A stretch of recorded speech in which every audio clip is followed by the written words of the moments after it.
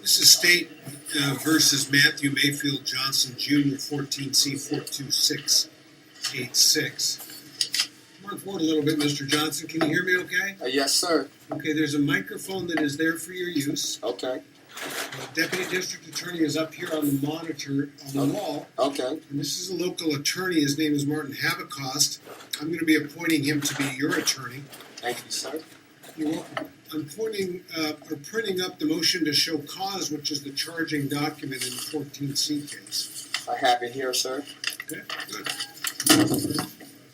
Also signing in the order to show cause, which will be given to Mr. Habacost for his use.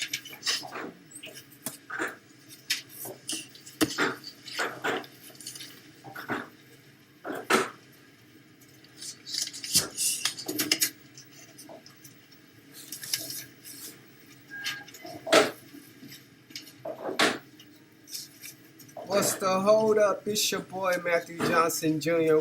We're doing this live stream and we showing you exactly petition for relief. First, I got to give you some poor audio transcripts. Acknowledges his name is correctly faced in the caption. May we address release, Your Honor? What's the state's position on release? State ain't Your Honor, got we're no. asking for no bail. According to the notes I have, the state withdrew the last show cause to allow the defendant to work with the PO, but defendant instead continued to violate law, the directives. He was posting concerning and threatening material on his Facebook page. That's It's a not lie. even supposed to be on the internet at all. Quit And laughing. also is not yet registered as a sex offender as What? required. This where I bust you Okay, at. no bail will issue on this matter. No bail? Return on the 8th of June. For an 8th of admit or June. deny. For a midday 8:30 in the tonight. 8:30 in the morning. How selfish? How selfish can these people be? How selfish can these people be? How fully corrupted is our system? Well, I'm concerned. I know a lot of us concerned, and I dare them put the pressure on Mike Smith to try to get him to take accountability for all the corruption that happened before him. You know, we ain't going for that. We got a new DA in office. Give him a chance. Don't be trying to put pressure on this man because he don't want to help y'all corruption, especially down in Marion County, Salem. So what we doing here today is I'm showing people how to petition for relief of sex offender. Whether you're a level 1, 2, or 3, there's a new law that went into effect, which I knew of for quite some time now, which would allow you to petition. But right now you seeing what's called my arrest cycle, dealing with Douglas Hanson, Julian Fisher. That was Julian Fisher, by the way, on 5/27/2016 in my court audio transcripts, talking about I was making threatening comments of that nature on Facebook. I've been doing the same exact thing for 7 years, even through them arresting me. I like to thank my wife, Jessica Johnson, for being able to post for me when they was taking me back and forth to jail for actually exercising my First Amendment to the United States Constitution. This is a big deal because when you label a sex offender is one thing, but to be labeled a predatory, high-risk sex offender towards your own wife that you live with and you pick and take the drop off to work and you guys go to church together and you just do everything together, that they in trouble. Julian Fisher, Douglas Hanson, especially private investigator Stephanie Allen. No wonder why she got up off me. She knew I had a private investigator. The thing that I didn't know is she was a private investigator trying. Huh? Yeah, my wife told me that, and I was like, she's just a PO. But then it's her own information that actually tell the truth. What do you say? Confirmation. It's her own information that confirmed what my wife was telling me had to be the truth. So you talk about my truth. You talk about survival of sex, the sex trafficking, the prostitution, the pimping, the John, all that aspect should be tied into one thing. And this is one of them things that we will get into, as far as if you are charged under a sex offense, how can you get the relief? Are you eligible for the relief? When will you be eligible for that relief? Normally, I get into the paperwork here. Yes, I will be getting into the paperwork, and I'm going to be using myself for an example, because I think it's important for people to understand how a disparity really work. What is a disparity? When Amanda Lamb got on YouTube and she made the red dashboard and she began to talk about racial ethnic disparity and the levels to it, the severe levels to it. One of the severe levels is me, one, being a black male, fighting a charge that's just illegal from the jump. There's nothing that's holding this together, but yeah, I'm going through everything. And at the same time, when I'm eligible for this type of information to be put out there, I'm being denied it. So there's no equal protection. There's no due process. There's things out of pocket. And so me and my wife, we always try to get into these live Zoom classes, and we try to learn as much as possible. And we actually take our notes and we come back with more notes, and we'll be able to present it to you. So say for instance you charged, and like I said, you charged. This is for people who's charged, not going through a case currently. This is for after the adjudication, after everything is closed down, after you take your PED, after you serve your time. Certain individuals are required to register as a sex offender, whether it's tier 1, tier 2, or tier 3. And there's laws that went into effect, which I think I'm thankful for, because it put me in the limelight to be able to petition for this. But my situation is a bit odd because of the parties that's involved in this, right? And we'll go over it, and I got blank paperwork for you guys. So if you having a hard time getting relief, it'll be a good idea to reach out to me and see if we could potentially have you fill out the package, send it to the Department of Corrections, because I could honestly tell you this: your local parole or probation officer ain't going to give you the information that you need,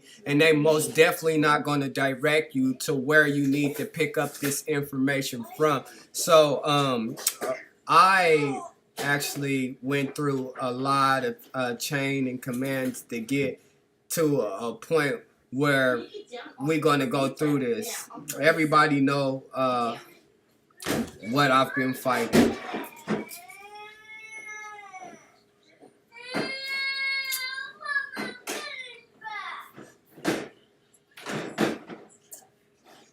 So it says in here, and remind you, don't be afraid to come forward. Don't be afraid to come forward. If you having a hard time getting a relief and your PO ain't helping you, then you need to go another route. You need to reach out. Our community claim that they helping us, but they don't even know where to get the information from. They don't even know who to talk to ask if it's true or not. And that's what we've been going through. Well, that's what I've been going through. So I went ahead and read through the packet as it was sent to me from Department of Corrections, and I checked the boxes that apply to me.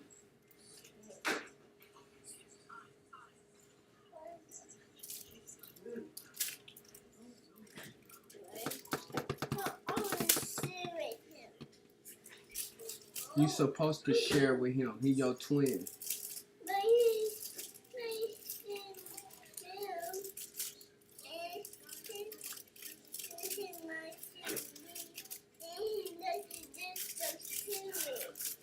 A lot of people struggle with filling out their paperwork. So, like I said, I'm gonna use mine for an example. Okay. You gonna go in your room? I'm about to spank your butt.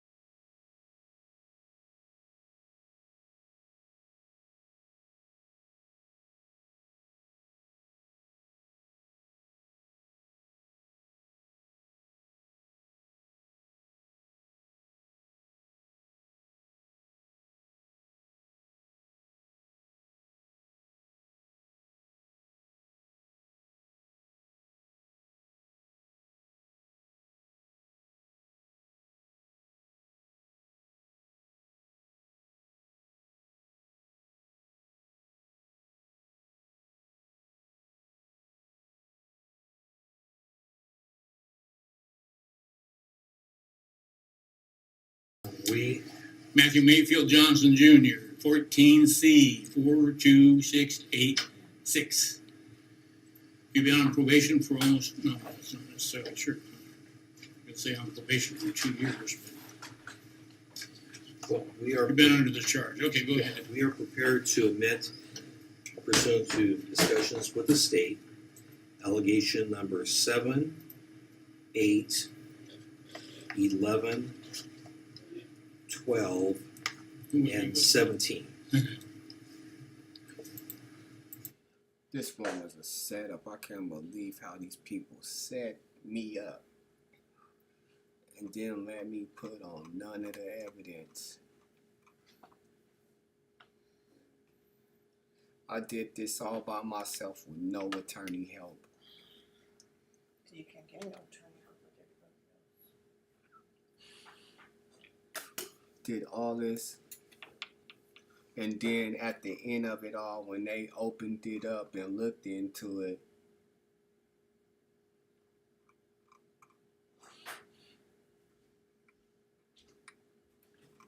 none of these ones apply. Before you submit, please make sure you have the required documents from this checkbox below. Do not forget to make a copy of your petition for your records before you submit to the board. Attaching a cover letter is optional. Declaration, please, on top of the petition packet. Pre-screen to determine if eligible for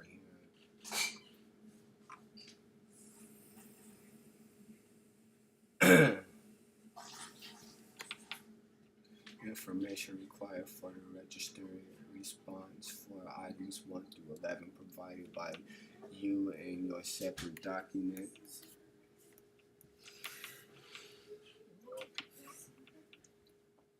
Your separate all supporting documents. You'll see me flipping back and forth through my camera because what I want to do is go get through this. I kind of fast forward through some of this, letting you guys read it, but now I'm back to explain Oregon Board of Parole and Post-Prison Supervision, sex offender notification level. It's a questionnaire, right? Let's talk about this part, because what people don't know is if you placed on probation, then the Oregon Board of Parole and Post-Prison Supervision don't have the jurisdiction over your case. Your case jurisdiction is with the county in which the probation is done. So keep that in mind, that when you filling out this, if you on probation, you must seek the relief packet from the community corrections in which you are placed on your probation on. So I learned that, and that's part of my rejection letter, and you'll see that I did everything that the packet told me, no matter no ifs, ands, or buts about it. Released from custody, it says list when you were released from custody or placed on probation for the most recent sex offense. Now, the most recent sex offense is the Douglas Hanson hate crime case in 14C 42686. Both charges, promoting prostitution and delivery of an oxycodone, is both dealing with minors. Douglas Hanson claim is that I took the pills and I sold them to a person under the age of 18, which made me very high risk on the level of being a predatorial. So right here, and what I tell people what's very important about this, and I'll go to, because I want people to see me. I want people to see me. I want that. I want that. I want that up there. No, I like it right there in this corner. Let's keep it right here.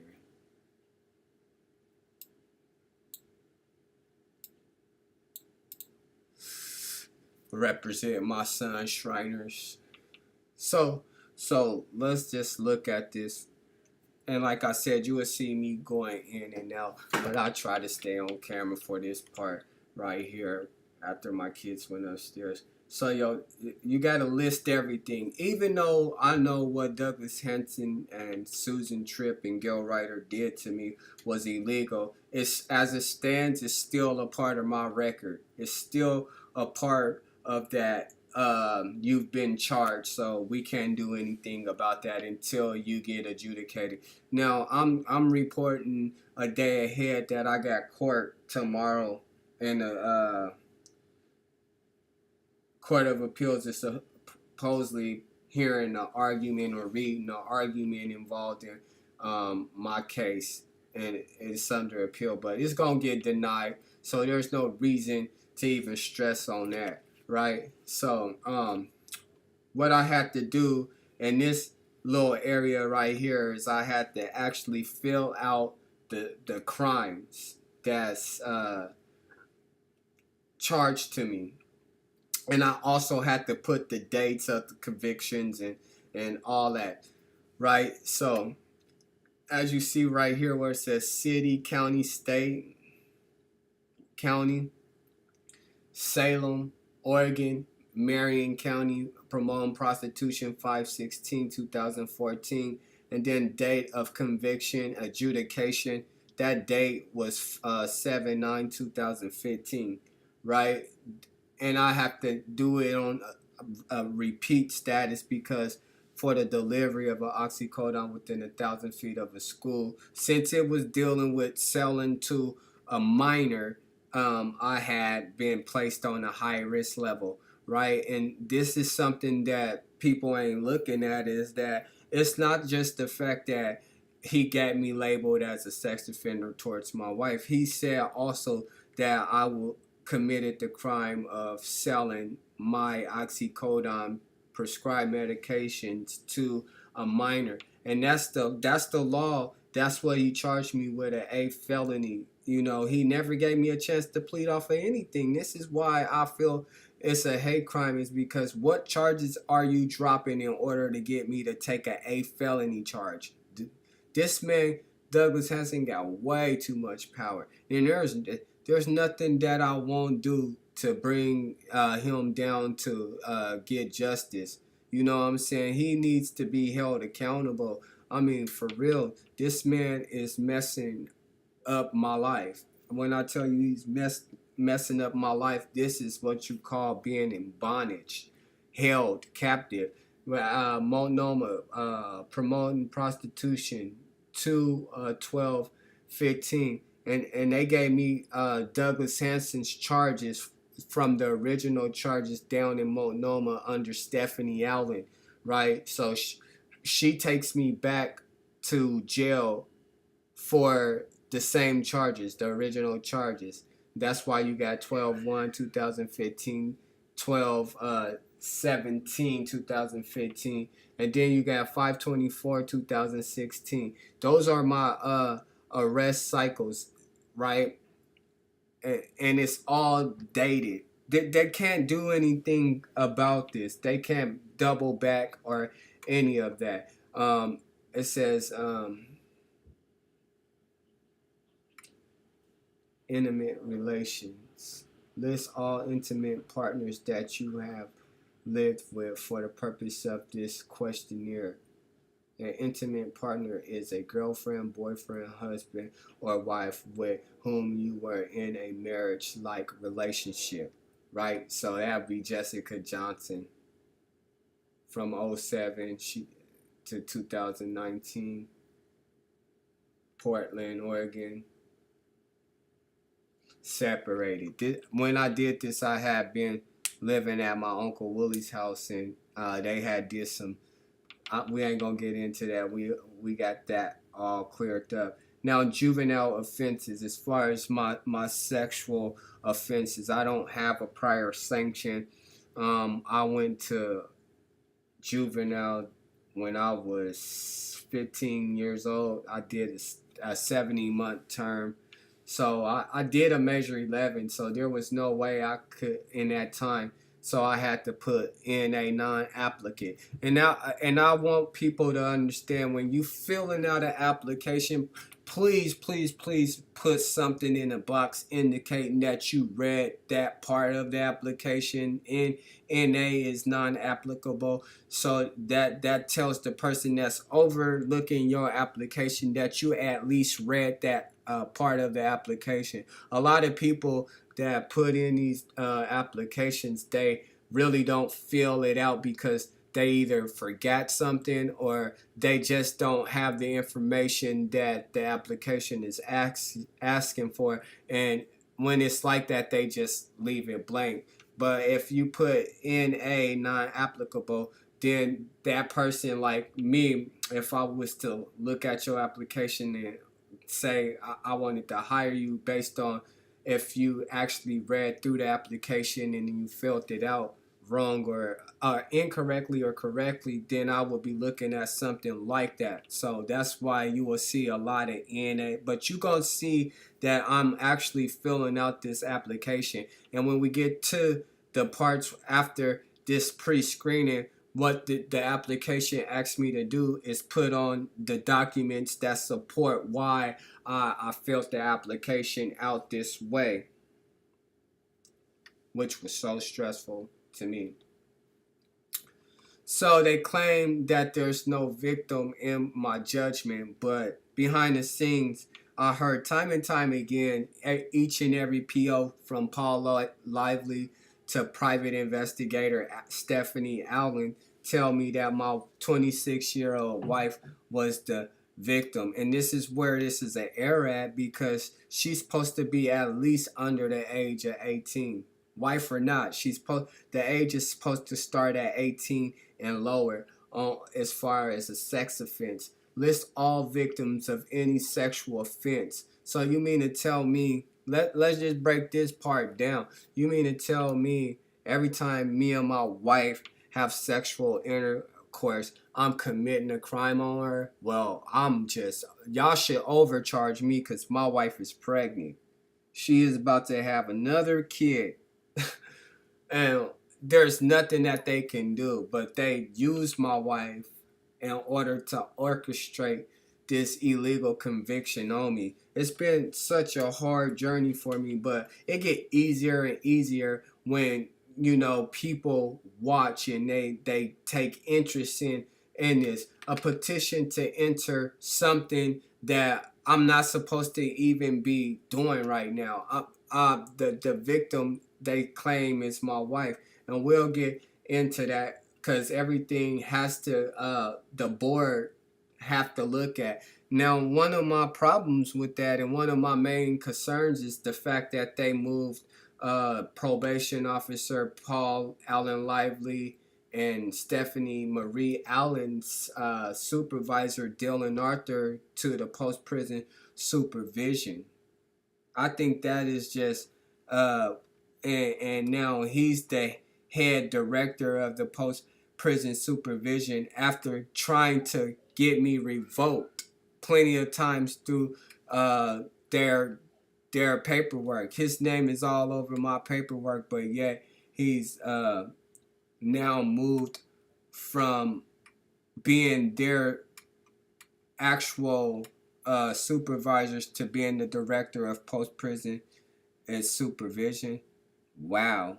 You know, and I keep good notes on these people because one thing that they can't not get away from is Matthew Johnson know a lot.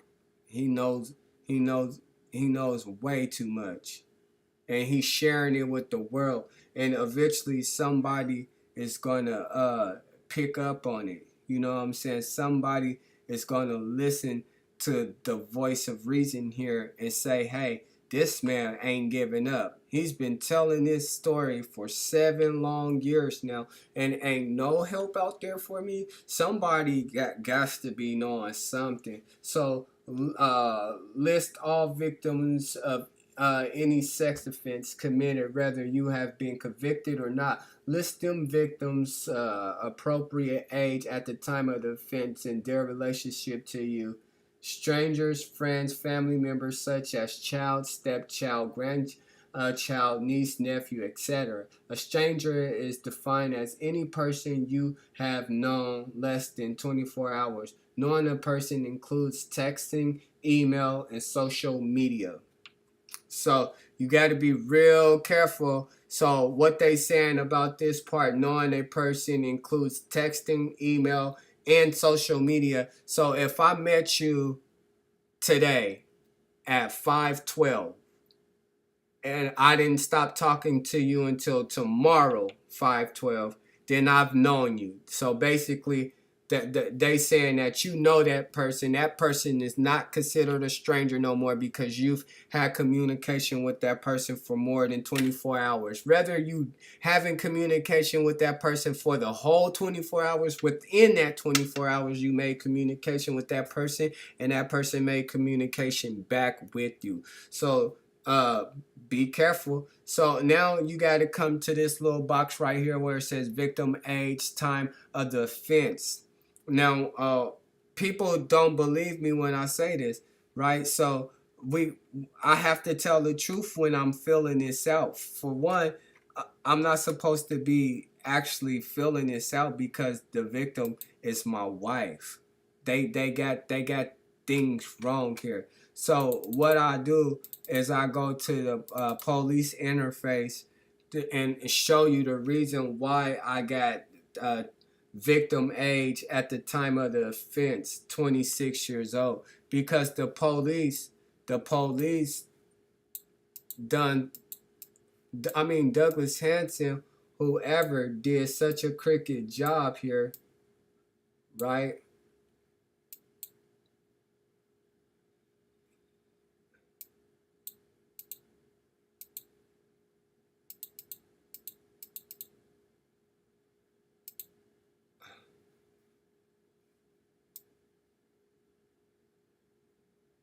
I want to close this down some, this window, so y'all can see. Sorry. So what we're looking at right here is we comparing the relief packet to the notes. Now this relief packet only can work if you're dealing with a minor child. It cannot work if it's an adult. I see no way around them fixing this, no matter what they do. I see no way around them actually fixing this situation. Let me move my picture out the way here. Let's put it over here on the left, on the right side, so I could keep y'all in a loop here. So now let's look at this for what it's worth. Douglas Hanson lied from the jump, man. He lied from the jump. None of that was true. None of it. I'm just telling you 100%. I did never have possession of the pills because they were found in my wife's purse. And they say I was hiding in a closet. They said this. They said that I was hiding in the closet. There was no pills on me. There was no laptop on me. There was nothing on me. The only thing I had on me was a phone, right? And they took that and immediately went through it. But that's for another reason. What we here to prove is the evidence. So what we want to focus on is the victim part. You see where it says Jessica Uriah Johnson, and then it says victim right here. They did such a shitty job. Now, I don't know one husband that don't know their wife's birthday. I don't. If you don't know your wife's birthday, then something wrong with you. They could maybe get me on the social security number because I don't know my wife's social security number by heart or her driver's license. So that's something that, but I bet you if Douglas Hanson asked my wife, what is Mr. Johnson's social security number and his driver's license, my wife is going to be able to tell. I don't know, women got, they just got it like that for some reason. I applaud you women for that. But if you look at what they doing is these blackouts is pretending to be ACP, Address Witness Protection Program, and which is another program that we will be explaining. And like I said, we talking about the sex offender relief and why this is won't hold up. It won't ever hold up because they know I'm telling the truth. Now, if you paid attention to where down here it says victim, right? Jessica Yuri Johnson, they blacked out her date of her birthday, right? But if you pay attention up to right here where it says actual age, it says 26 years old. So this is automatically proven that this is not a child type case, right? So what I have done as far as bringing that up is taking you guys back to my core audio transcripts, right? State wishes to call the case. Yes, thank you, Your Honor. This is State versus Matthew Mayfield Johnson Jr., 14C 42686. Defense counsel Gail Ryder is present with the defendant who is out of custody, Doug Hanson, for the state. Your Honor, this is the time and date we had set up for a change of plea in this matter. It is my expectation the defendant will be entering no contest pleas to counts 1 and 2 of the indictment, and we have a stipulated agreement. UCJ offer worksheets have been provided to counsel and this is where we talk about our district attorneys having too much discretion. What is discretion?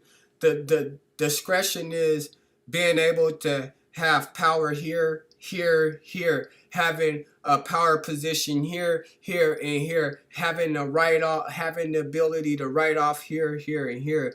Now, in this moment right here, Douglas Hanson is exercising one of those discretions when he is firmly lying under oath. And I like to tell these people from Susan Tripp, Gail Ryder, and Douglas Hanson that you guys took an oath of office. Y'all swear to uphold the Constitution, right? But they not upholding no Constitution. They playing by their own evil rules, right? But they don't understand they playing with a child of God's. You know, they don't understand that because what they want to do is label you schizophrenia. They want you to be labeled the demonic side of things and instead of the spiritual side of things. God can't show you nothing, but the devil can throw whatever he want at you. The devil can invite you into the party. The devil can offer you whatever, but when God's offering starts to happen, everybody looks and turn the other cheek, and that's okay because I've done the same thing,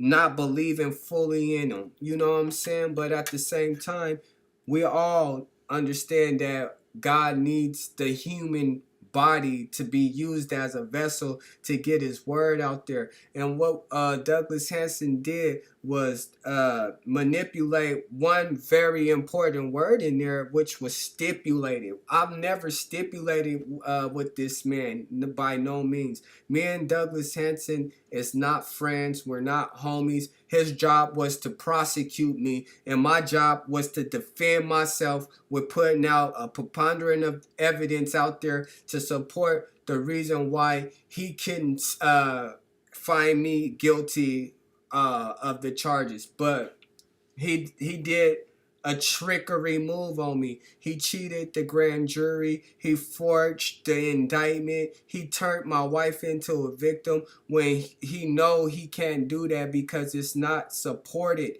by his and when I tell you relief, you have to put in all this information that you see that I'm explaining to you on this side tip will be actually on the in the packet.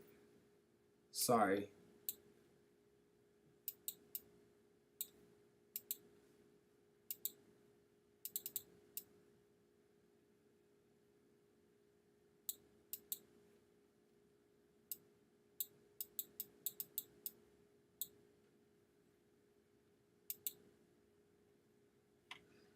It's taken me a long time to be able to teach y'all how I do this and what I'm looking for and figuring out technicalities. So what we still gonna do is speed up my core audio transcripts because it's a bit boring.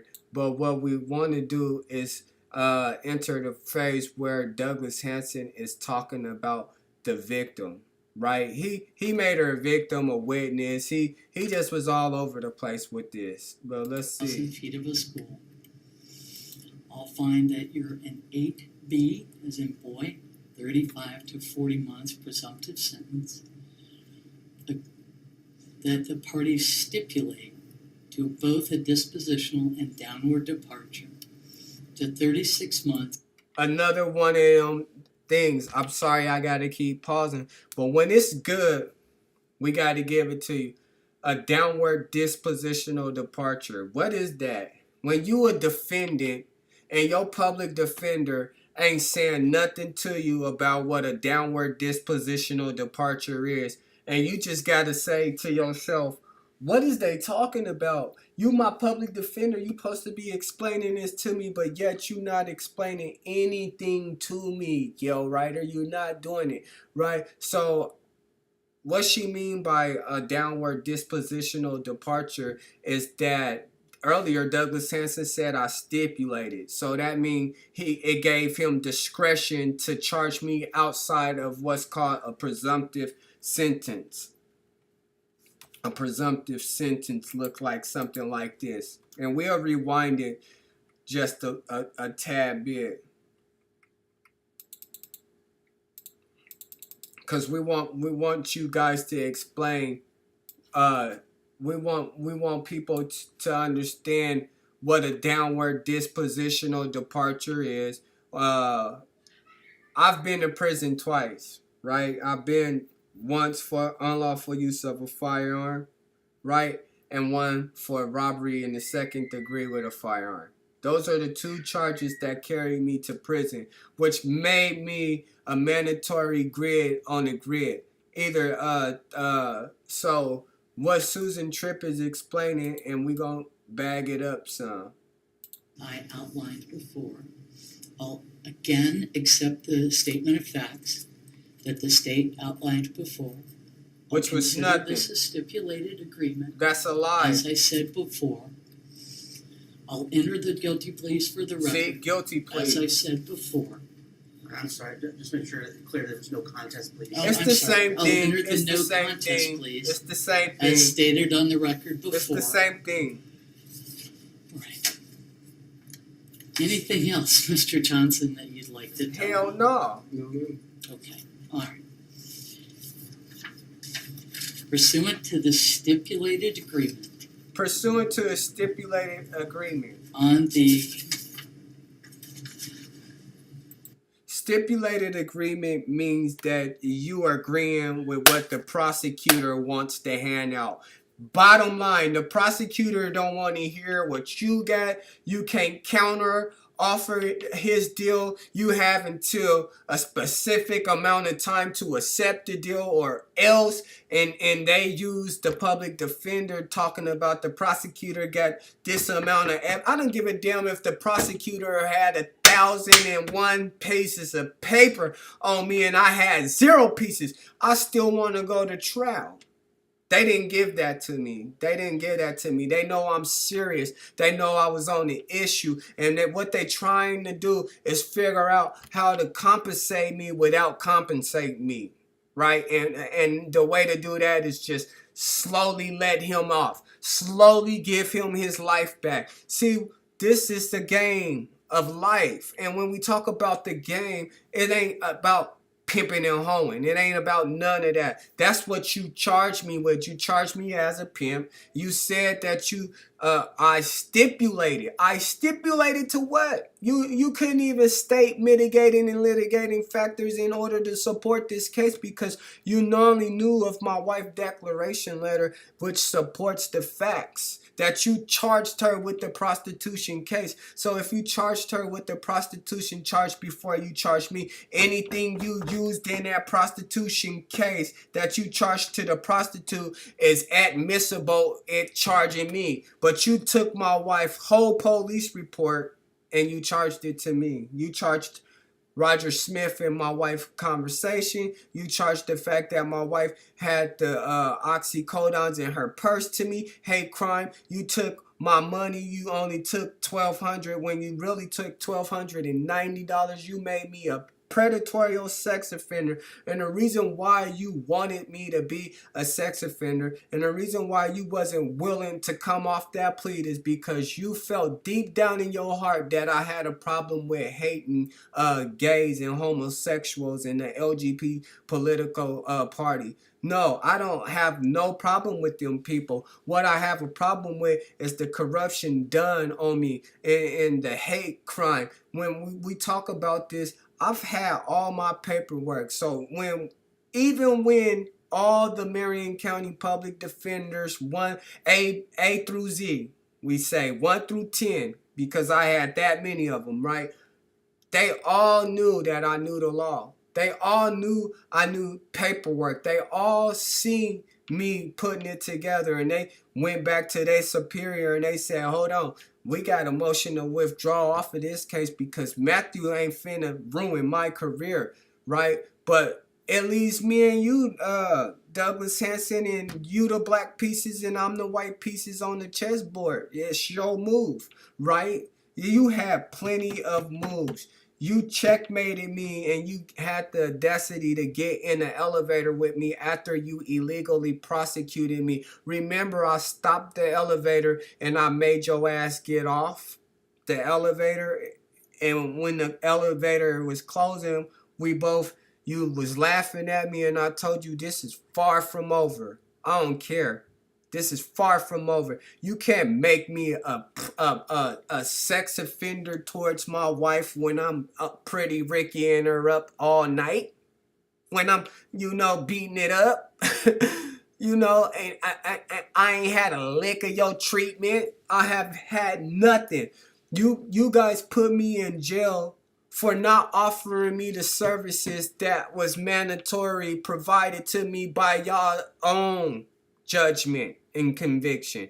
And y'all sit up here and say that Matthew don't have nothing to fight for. Tell the people about the $90 million lawsuit that you got and that you hiding from the public. Douglas Hanson, this is not a game anymore. It is 2021. There will be no more crying about it. There will be none of that. We will be reaching out to Lou Frederick again, because under state legislative bill 233, which support victim witness ruling, it says that you can't even do none of that. So you're not just violating the county, which is Marion County. You're violating federal laws here. You made my wife a vulnerable victim. Under what grounds was she never took if you labeled her a vulnerable victim in my case, how did you charge her with prostitution when she's a vulnerable victim? When she losing her mind, or she don't understand, or how does it fit? Now, this is the thing. We talking about the relief over here, and we talking about my wife, but we also playing court audio transcripts. So what we doing right here is showing the fact that I had to legitimately, and I don't want to do this, right? I had to legitimately tell somebody who don't know nothing about me a lie, that my wife is my victim. But I'm having sexual intercourse with her whenever she wanted.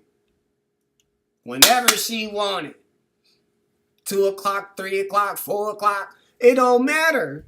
We having a little princess and all that. There's nothing they can do. But they took this case. Now, in the case, is this your sole victim, Douglas Hanson? Where's the enterprise of prostitution. Where is the 2 or more prostitutes? There's a lot wrong here, and I'm gonna fight this to the end, right? I'm gonna fight this to the end, because what we want people to understand is that everybody got rights. You got rights until you don't fight for them no more. You can impeach them. You can exercise them. You can write it up. So let's get to what she said about stipulated. You mean to tell me I stipulated to being a sex offender towards my own wife? Listen to my court audio transcripts. But the one thing that I want guys to hear is the fact that Douglas Hanson claimed that this is not the typical type of sex crime case here. Yeah, this is not the, we're going to get into that, and I'm going to pause and stop and do that. And if you got any, if you feel like you got any questions that you want to ask me, feel free to ask me those questions, because I don't have a problem with answering them, because Douglas Hanson already slandered me. I'm already in the hole. Don't you get that, guys? I'm already there. So why not take it all away? It's basically he digged this hole and threw me in there, and I'm climbing back out like, help, and the hole just keep, so what we gonna do? They say, I don't know what you come to do. Delivery of oxycodone within 1,000 feet of a school. I'll find that you're an 8B as in boy. 8B as in a boy. Presumptive sentence. Right here. That the parties stipulate to What? both the disposition That's a lie. and downward departure. That's a lie. To 36 months, and that all general conditions apply. Now let's just break this down on how the legislators is looking at it and how the Oregon sentencing guideline is looking at it, right? Where do you get 36 months probation out of this whole thing, right? If I'm falling as a 8B, so what we have to do is look down here at what the B is. See, that's a main pointer right here, is what is the B? And the B is the criminal history includes 2 persons felonies and any combination of adult convictions or adjudications. So I got an unlawful use of a firearm charge, right? And I got robbery in the 2nd degree, right? I got those 2 charges, right? Also, I got promoting prostitution and delivery of an oxycodone. Those 2 charges are considered person-to-person crimes, which takes me to the 8B. Which takes me to that 8B, 30 to 40 months, no matter what, because on the mandatory grid, right? And this, again, we going into the discretion of the DA. The DA knowingly know that he don't have enough evidence to take me and give me the trial that I'm desperately asking for years now, right? He know he doesn't have that. So what he's trying to do is comfortably charge me. This is a comfortable charge. This is what's called, if you playing pinochle, you take a soft set. You know they got you, right? So you just take the soft set. So this is what I had to do, is take a soft set, and it's knowing that I knew the information was working against me, but it was also helping me when it's time to show where Douglas Hanson actually illegally charged me at, because over here is the probation terms, right? And he took me outside of this. He took me outside of the 30, 40 months, which they supposedly had to mandatory give me, right? Because I'm charged with an A felony. Remind you, he took me out of that, and he gave me 36 months, which is 3 years of probation. Not. He didn't max me out. He didn't put post-prison supervision on me. He never put post-prison supervision on me. He just gave me a term of probation, which was with the judge, Susan Tripp. That's why it says all PVs must report back to Susan Tripp. Again, I never got that either. It's a lot of things that they was doing to me here. So let's get back into this. Forfeit all items seized. Comply with all drug conditions that are imposed as part of Marion County Court's sentences. What? Lies. Blood or buccal I'm sorry. Never blood or took a buccal blood or sample. buccal sample. Never. License suspension for 6 I months. won't. How can you Fines and compensate me fees of for that? $200. Attorney's fees of $1,035. Just doing And me the condition that you comply with the conditions of count 2. In count 2, I'll find that you're in 8B again, 35 to 40 months, that there's a stipulated and the court agrees to dispositionally and downwardly depart to 36 months of supervised probation. This is a All deal the of a general lifetime. conditions apply. Now, people tell me Douglas Hanson is known for giving out them nasty little nice deals. How the hell do you give me probation on an A felony?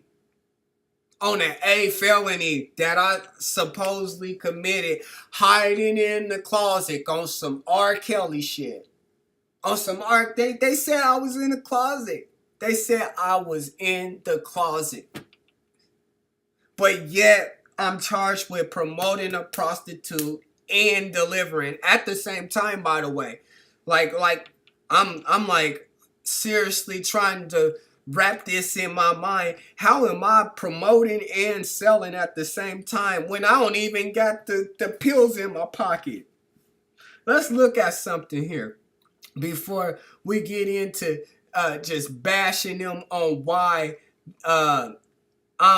I'm doing this. I'm doing this for the sake of every soul out there that ain't able to step up and fight for themselves. You know, there's a lot of people that's being placed in jail because of this man's behavior, his unethical misconduct. He doesn't have a value to want to protect those innocent victims, witnesses. And another thing that these prosecutors are doing is they charging the defendant, right? They charging the defendant a shitload of money, but they not never compensating the victims. They not never compensating them from that packet, that relief packet that they approved of through the biennium budget, whether they want to share that with people or not. You know what I'm saying?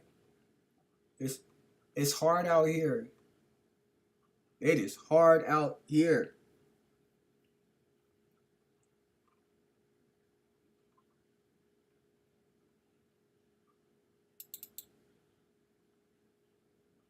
So this is, and I'm going to get to this because this is very important to me. When we talk about information and where I have to send this packet to. As you see, it says Oregon Board of Parole and Post-Prison Supervision, Dylan Arthur, right at the top. I've been monitoring where he been. So if they paying attention to me, they know that I know, right? And they know that I know what's going on here. So you see where it says Oregon Board of Parole and Post-Prison Supervision. This is actually where I have to send this packet to. This is actually where I have to send this packet to. I have to send this packet on over to Dylan Arthur and company. And now Dylan Arthur is Stephanie Allen and Paul Lively's supervisor at the time, right? My whole thing is, how is y'all coming after me for my wife? But I'm allowed to be around her. Y'all can't even arrest me for being in contact with my wife. So y'all find everything else to try to put me in jail over. He can't be on the internet. Oh, he stepped across the line. Oh, he didn't call in. Oh, he didn't report. Oh, he didn't go do treatment. And y'all never offered none of it to me. Y'all kept arresting me for stuff. But anyway, executive director Dylan Arthur, right? They moved him. He once worked for the Department of Community Justice. And I kept my notes on him. Trust me. I kept very good notes on this food, and that's why when they think about me and I say I don't want, when I did the report about Stephanie Allen and I found out she was a private investigator, and I kept on telling this lady, stop talking to me about Dylan Arthur. Dylan Arthur is a sucker. He doing Douglas Hanson dirt. He's trying to revoke me and send me to prison for 70 months. Dylan Arthur, you couldn't do it, buddy. And what I'm asking you right now today is do not try not to grant the relief. I don't want you to prejudice my packet once I send it out for the second time, right? I don't want you looking at it. I don't want your hands on it. I don't want you. You got to recuse yourself off of looking at it. And trust me, I'm going to pay close attention to it. No matter what y'all do, y'all can take me through the illegal appeal. The appeal is fake as fuck. I don't even know why I'm tripping over it. The appeal is fake. It's fake. So, residential treatment. This is where you stayed at in your life. Of course, I don't gonna know from what time when I'm staying in Minnesota and Sacramento.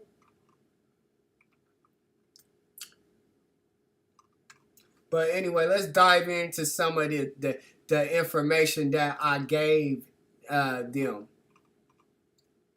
Right? And Dylan Arthur he's all inclusive with this, right? I wrote an email November 29, 2017. They charged me for being on the internet. They took me to jail for writing this email right here. I told them Douglas Hanson illegally charged me in a hate crime case. I told him, look right here. Stephanie Allen had been working with the Marion County DA's office to force me to play by their rules. I never did and was forced. What I say? I never did and was forced off the hateful probation because I kept digging on their hate. Now I want to know why I'm on parole. I just kept on emailing. So what we doing is we giving them information. You gotta have a couple references. What better reference to have is your local wife, your wife supporting it. Let me move my.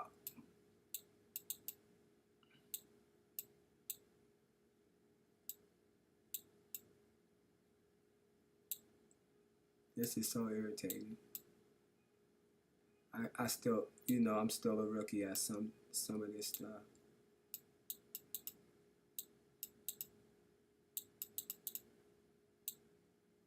Don't tell me my camera is stuck right here.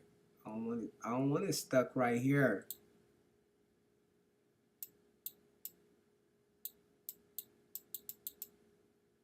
Okay? I'll move it right here. Because I want y'all to see this side. I got to see this side. Oh, so I got a reference from her. I also had to throw in a reference from Reverend Hawkins. Herman Ray Hawkins. My brother in Jesus Christ. Yeah. Founder, CEO, founding pastor Hawkins of HH, the Promise Ministry, Portland, Oregon. They didn't care if I was talking to no pastors or not. And on this, you got to be sure that you put the SID number. When I send out my packets, I mark it with my state identification number 1405 1429. That means they know it's attached to me. Remember, this is your relief packet. So if you don't have all your information, I still recommend that you fill it out and do it to the best of your abilities, because that's the only way that you're going to get the potential help you need.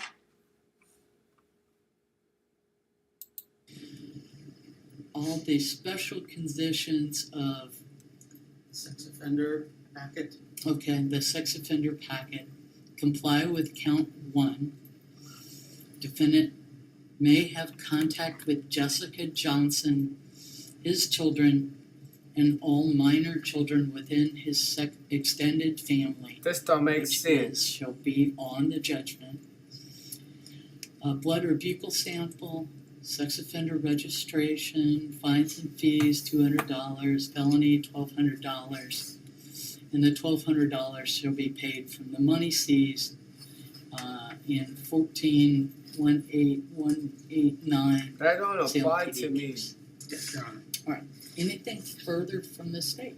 Yeah. No, I just wanted to let the court know and counsel know and the defendant know that I did have a chance to speak with Ms. Johnson yesterday at a pre-scheduled meeting we had with an advocate by phone, and we talked a lot about this plea, and she understands what we were going to do today. She was notified yesterday when our office heard that it was going to be a plea. This man is So a she had liar. noticed, at least, if she wanted to be present, but that she knew that I was offering a probation. She still was, I can let the court know that she still was not happy that the defendant was having to plead to the charges, but happy that he was not going to prison.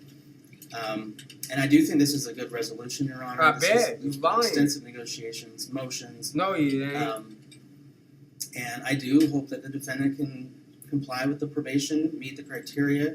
We did have a lengthy discussion about the sex offender treatment, etc. He has to have an evaluation according to the conditions. But if that comes back that he doesn't need any sex offender treatment, then he doesn't have to do sex offender treatment. Promoting prostitution by law is a registrable offense, so he does have to register. I provided that to Ms. Ryder, and he'll have to sign that today. But it's not the typical sex abuse type conviction that the state has concerns of him having any kind of a sexual abuse to children or anything of that nature. So we understand that hopefully this will be a limited type of probation where he can actually comply and complete it and be done. The man lied all through the court audio transcripts, and nobody is willing to see and put him on in check for it. This man ruined my life. He did a lot of wrongful things.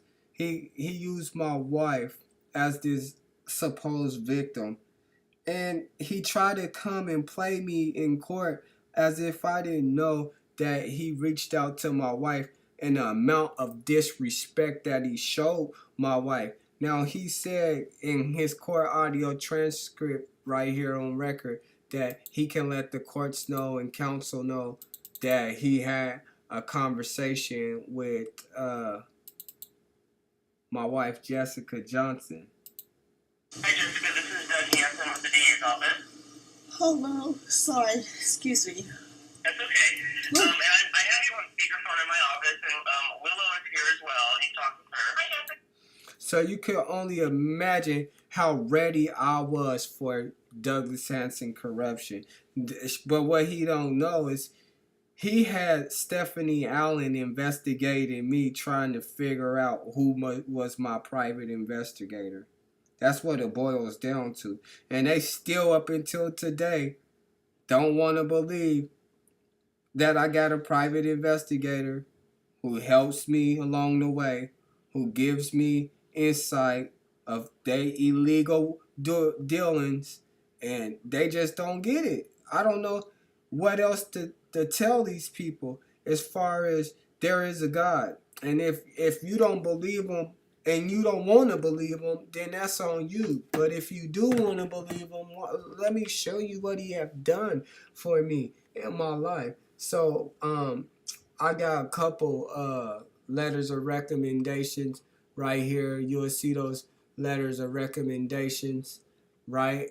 And then it says the board, Mr. Johnson, the board of parole and post-prison supervision have received your email correspondence. We are unable to assist you as you are not on parole or post-prison supervision. Our records indicate that you were discharged from post-prison supervision 6/19/2003. Way before 2014. So what kind of paperwork do Douglas Hanson get? This is the responses that I'm getting. But it's going to get deep. You know what I'm saying? And like I said, I mark all my paperwork, anything that I do with my state identification number. So you see this right here, right? That was just the payment from the Social Security. But what I wanted to look at is the next, the board and post-prison supervision. Dear Mr. Johnson, this letter is in response to your recent request in communication to the Board of Parole and Post-Prison Supervision. Remember I told you who's operating post-prison supervision. Remember, Oregon Board of Parole and Post-Prison Supervision. Remind you, Dylan Arthur is the executive director.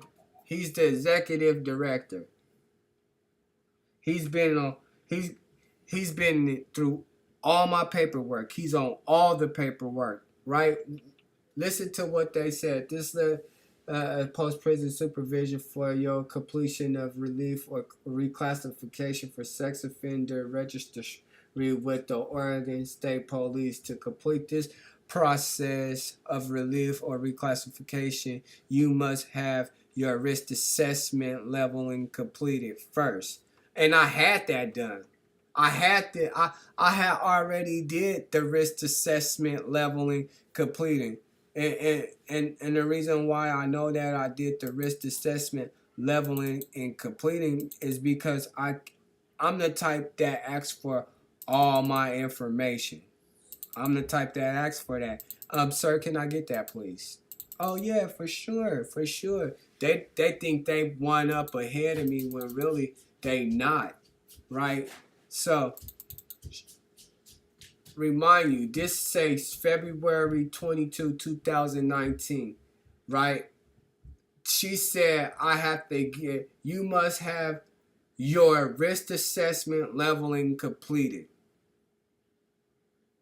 This is in February of 2019, remind you. Look on the day I did the risk assessment.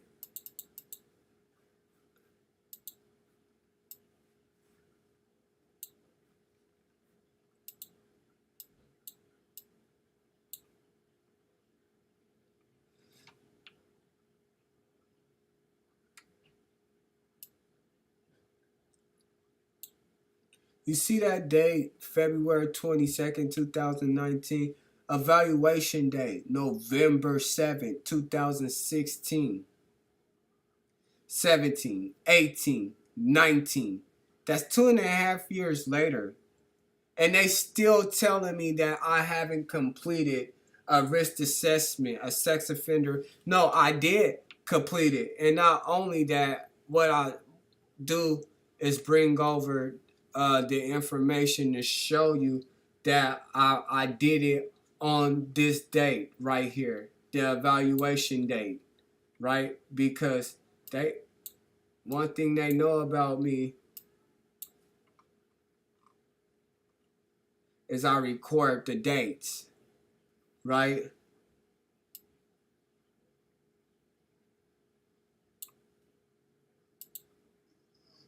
Stephanie Allen had really been like you.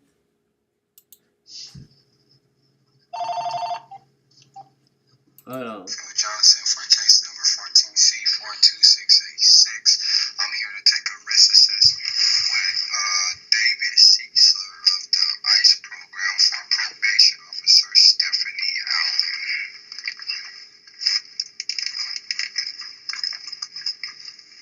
You have to be on your game when you're dealing with these people. I'm here with my wife, Jessica Uriah Johnson, who is not allowed to participate solely because Stephanie Allen had made contact with Mr. Sheetsler herself and made sure that was an instruction. So here I am going to check in for my risk assessment with, again, RISE program, David Sheetsler.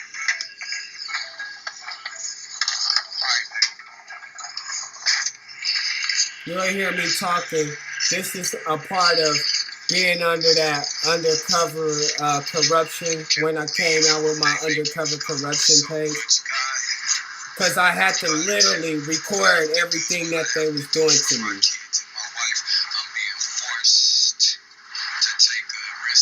Forced.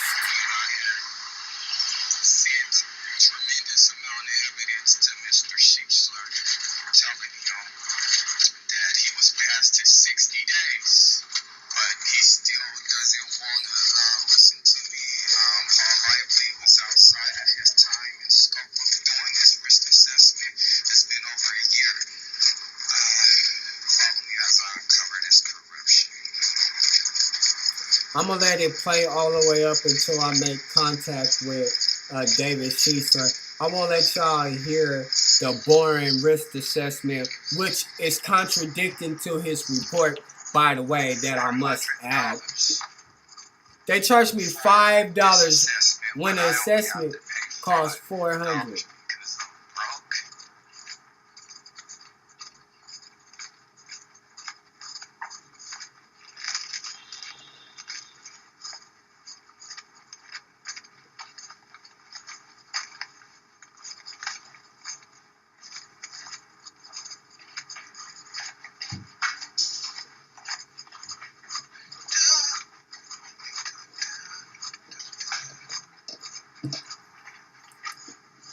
Oh yeah, I'm getting closer and closer. Ready to do this thing or what? I will be with you in 1 second. I just need to change the spot. I'm upstairs. I'm here on time, ready to get you out my life or whatever we need to do. And there, as you can see, there's multiple of recordings. Everything that I did, I recorded these people doing it. But like they say, you must have had your risk assessment leveling completion first. I've done that. I've done it time and time again. And they kept on leveling me high risk. When they knew that I didn't meet the requirements of being a high risk, my level as far as a sex offender go wasn't even. And what's important to look at is this right here. The risk assessment, the criminal history, all of it was on this assessment, and they blocked this. That I should have been had my relief. I should have been done with it. But they pushed it back because they thought I wasn't going to push for it, right? So if you look at the risk assessment, Mr. Johnson offense does not meet the requirements to justify the use of a static 99R, stabled in 2007 and assessed in his arrest, right? An LSCMI score of 20, which is high, was indicated in the referral paperwork, but no assessment of the factors had resulted in a high score was provided. You get what they doing to me? They made me this high-risk predatory sex offender, and they kept arresting me and taking me to court for it. When they own information is contradicting to the arrest cycle. I was never a high risk. You see, she put the score of 20, which was high, was indicated in the referral paperwork, but no assessment of factors that resulted in a high score was provided. No other risk assessment had been provided or completed at this time. It could be assumed that mismanagement of his mental health symptoms could increase risk to engage in illegal behavior. Meaning that I know y'all fucking doing me dirty and I can just turn on y'all at any time. Y'all going against my mental health. Y'all breaking me down here with this bullshit. Y'all know I'm not no high risk. But when we look into Stephanie Allen's and them paperwork and Paul Lively's paperwork, I'm gonna give y'all some examples here of what they talking about as far as high risk. And what we have to look at is they propose orders. What we have to look at is the probation proposed orders and how they got me where they got me labeled at. If I can get this open, I'm going back to my old mouse.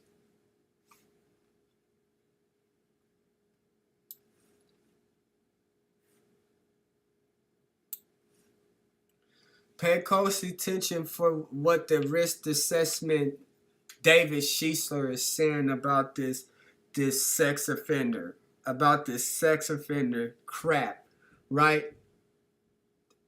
The LSCMI score, CMI score, risk level. They put me at a risk level high risk. I'm talking about max me out, and this is information dated from Paul Lively.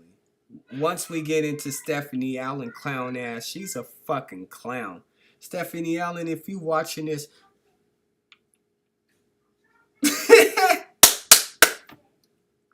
you fucking clown. I got every right to be mad at you. You don't even deserve to be a part of the Christian faith. And I don't have no jurisdiction to call you a Christian or not. But you ain't no believer of God for what you did to me. And I stand by that. And when they prosecute Douglas Hanson, I'm going to be sure they prosecute your ass too, because you was doing dirt.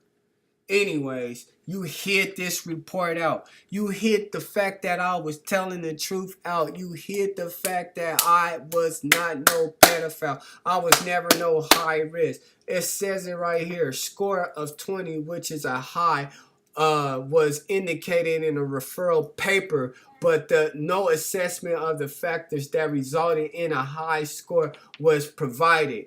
No other. That's all y'all. No, what you need these for? Go get the book first. Okay. Then I'll open it. Kristen, bring the book. Here. You better not draw on the what? I'm gonna look. Don't draw on the walls. Thanks, Dad. High risk. And it's for the promoting prostitution and delivery charge. High risk. Oh, Mom, coming.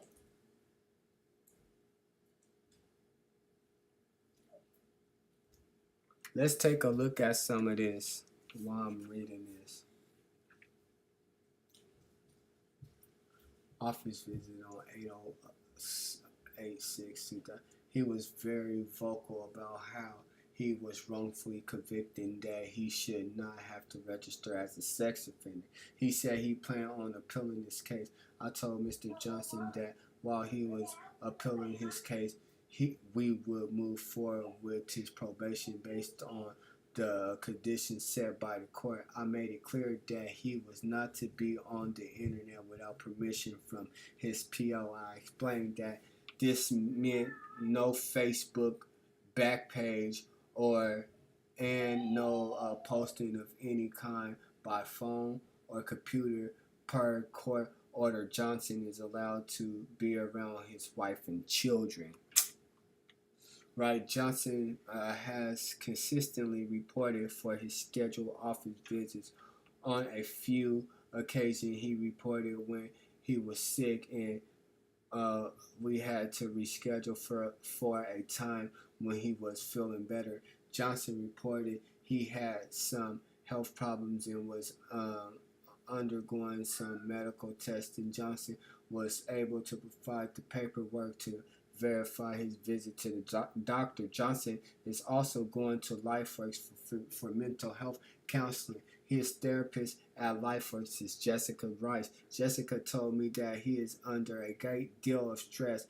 Her main focus lately has been trying to get him under the right medication. And this is what's so sad, is that's the only thing they do, is try to give you medication. They put you on medication and tell you that you sick when you telling the truth.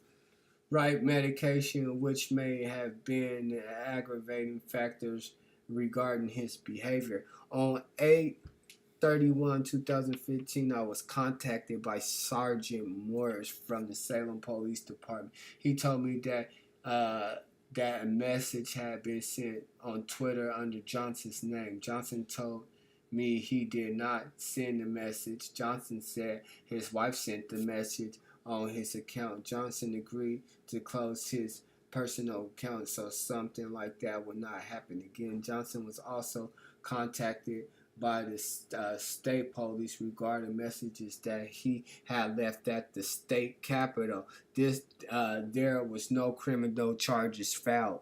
They never would charge me for telling the truth. I was getting too close. I was willing to get the state police to investigate my mental health breakdowns, but they wasn't going for it. They was not going for it, right?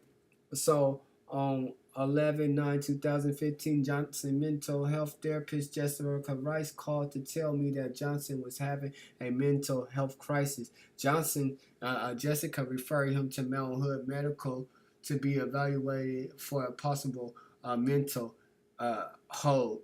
According to Jessica, Johnson made vague remarks about harming himself and others, and comments were not specified and seemed to stem from his legal issue. Johnson was admitted to the hospital and mental hold was placed on him. While in the hospital, Johnson made specific threats that he was going to kill me. According to the hospital worker. Johnson said, "I'm going to fucking kill him. I'm going to get a gun and kill him." Johnson was also making threats of suicide. Johnson was held for 4 days. 4 days in that shit. It was like I was in jail all over again, because they was coming after me because I was telling the truth. I never had a chance. When Johnson reported on 11/24/2015 for his first office visit after being released from the hospital, I talked to him about actively on Facebook account regarding videos sent to Dr. Phil's show. Johnson said it was his wife and his kids who sent the videos because they were trying to help him appeal his case. And I didn't put this in my relief packet because I got it at such a late time. So I'm just sliding this in there for you. And I got a hurt eye. I'm sorry. When Johnson reported on 12/1/2015, I got a call from Gresham Police Schrader.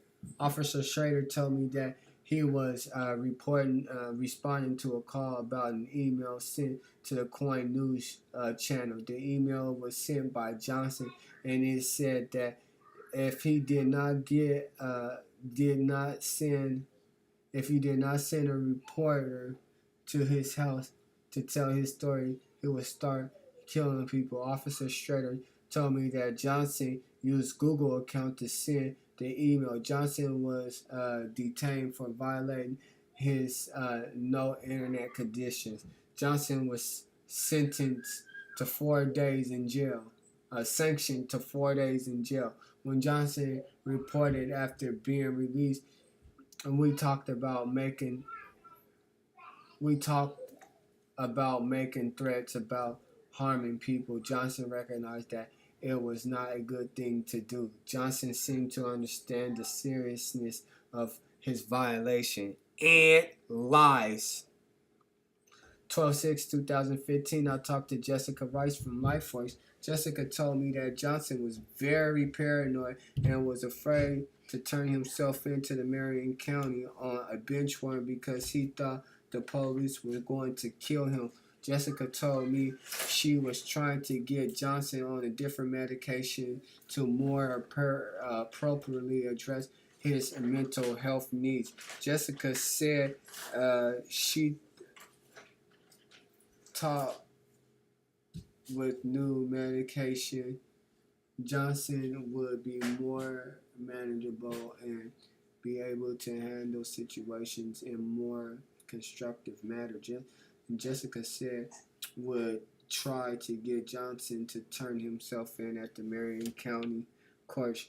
Johnson did not turn himself in. Johnson did not turn himself in. I took him into custody on 12/17/2015. Johnson was released from the Marion County Jail 12. And this is going with my arrest cycle. I'm telling you, I've been telling the truth this whole time.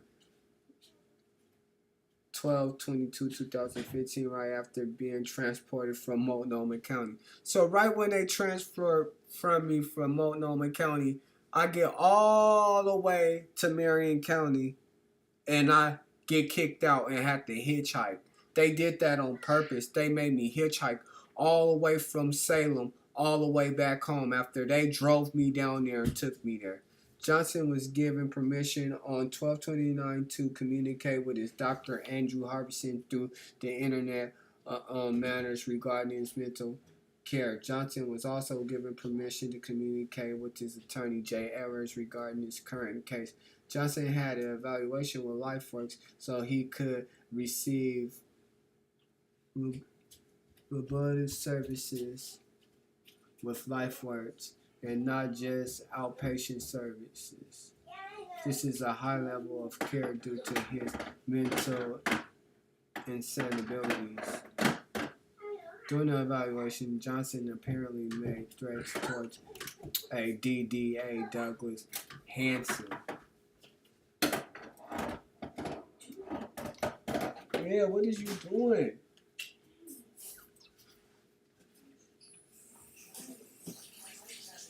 From the Marion County.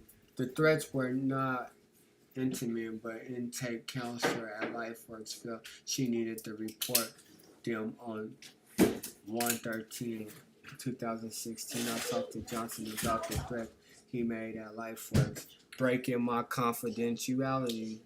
Johnson said he did not feel like he was making threats. Johnson told me he was trying to be honest about how he was feeling for the intake evaluation. Johnson told me he was not going to hurt anybody. Johnson said he was just frustrated, and I also talked to Johnson about some phone calls that were made to the governor's office in November. Johnson did not recall any calls. He said he was not connected. He was not connected by any Oregon State Police detective. I said that the detective, Chris, Shimmer may contact him to discuss the call. I told him nothing criminal, just a follow-up. I wish I knew who this officer was a long time ago. He worked with the state police. Chris Shiner. No. Shiner? I don't know how to say that last name.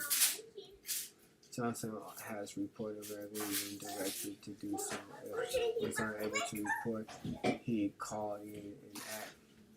Then you see where it says Dylan Arthur? They made me a high risk when I wasn't even a high risk. And all the paperwork says Tripp name, but I never went to see Tripp. All of it say her name. Hold for sanction. I think, hey babe, deep down inside, I think Tripp did me a favor by not seeing me Because she would have sent my ass to prison. That's just one report of Paul Lively's. And now what I want to do is switch over to Stephanie Allen's reports. Stephanie Allen got too many reports. If I showed you all of Stephanie Allen's reports, we'll be here all night. So I'm just gonna give you a couple of her reports that I got.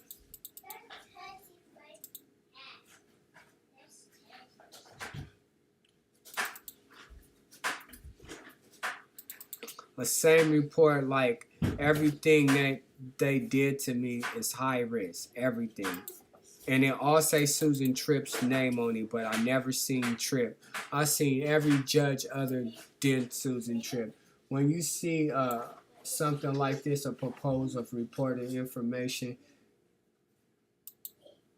like certain stuff on here, it's copied and pasted on here. But you see what we're looking at is a high level risk, high. But right here it says it. Score of 20, which is a high, was indicated in the referral paperwork, but no assessment of the factors that resulted in a high score was provided. No other risk assessment have been provided or completed at this time. It can be assumed that mismanagement of his mental health symptoms could increase risk of engaging in illegal behavior. Mismanagement of my mental health. Why don't nobody see that? Why don't nobody see that? Because nobody care, because they not going through it. Susan Tripp, high risk, everything. Dylan Arthur. Let's take a look at the recommendation from one of these. And an audience with Multnomah County Sheriff's sanctioning guideline, considering the case is a downward dispositional departure. And what we talked about the dispositional departure is basically it's a suspended sentence. So they still suspending the time that they would have gave you on the grid, 30 to 45 months. Yeah, that. That's why she said dispositional departure from prison and structured sentence are considered insufficient and address the violation's behavior. It is respectfully, when you use that word, you just like really going all in, right?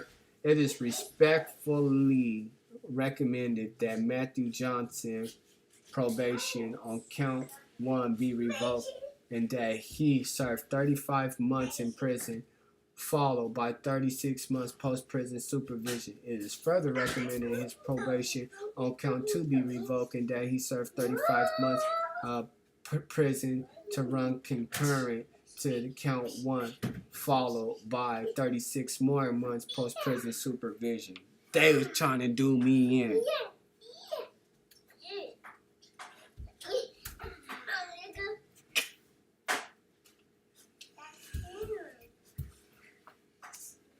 That's one of her reports. Let's get to another one of her reports.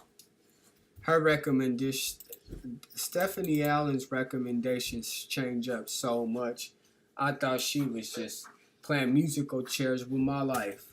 Again, high risk. Susan Tripp. Hey! Go upstairs. Now.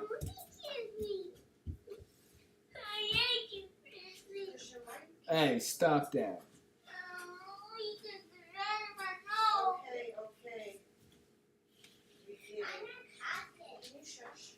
I'm looking at the recommendation on this. Again, it's signed by Dylan Arthur, just corruption. Recommendation, given his recent behavior change and motivation to comply with the conditions of supervision, I respectfully recommend that Mr. Johnson be found in violation, but the sentence be postponed for 3 months. It is further recommended that Mr. Johnson be required to disable all Facebook, Twitters, and any other social media accounts. They try to get me to deactivate all my accounts. using intimidation by the courts, and I never did it. You see, I'm up and rolling. You see, I'm up and rolling, and that's Stephanie Allen right there. I gotta have her information on here. Hey. I know that, but they don't gotta be all extra loud and over. You know what?